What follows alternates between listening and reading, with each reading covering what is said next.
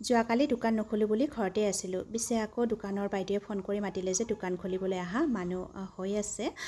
যিহেতু যোৱাকালি আমাৰ লোকেল হোলি আছিলে, সেয়েহে মিষ্টাৰো মানে দোকান নুখুলোঁ বুলি ঘৰতে আছিলে। তো বাইদেৱে মাতাৰ লগে লগে এখেতে পিছে উঠাও নাছিলে, সেয়েহে ময়ে গ'লোঁ দোকানলৈ দোকান খুলিবৰ কাৰণে। আৰু এজনী আমাৰ বাইদেউ পূৰা মানে জমাই থাকে।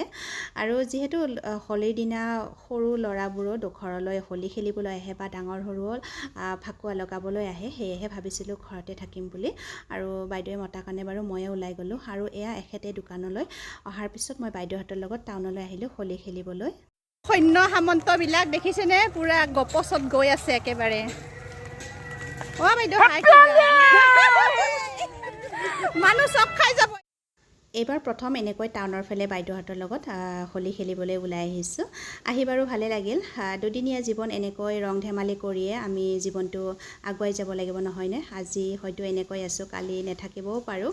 আৰু আজি যিহেতু আমাৰ ৰঙৰ উৎসৱৰ শেষ দিন, আৰু এয়া গা পা ধুই নামঘৰলৈ আহিছোঁ। আৰু এয়া নামঘৰত বাঁহ ভঙা প্ৰথা চলি আছে।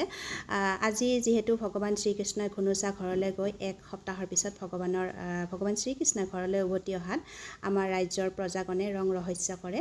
আৰু ঘৰ আহি পোৱাত ভগৱান শ্ৰীকৃষ্ণৰ পলম হোৱাত লক্ষী দেৱীয়ে খঙত দুৱাৰ খুলি নিদিয়াৰ কেন্দ্ৰ কৰি এই বাঁহ ভঙা প্ৰথা নিয়ম চলি আহিছে। আৰু আজি ভিডিঅ'টো বাৰু ইমানতে সামৰিলোঁ। বাই।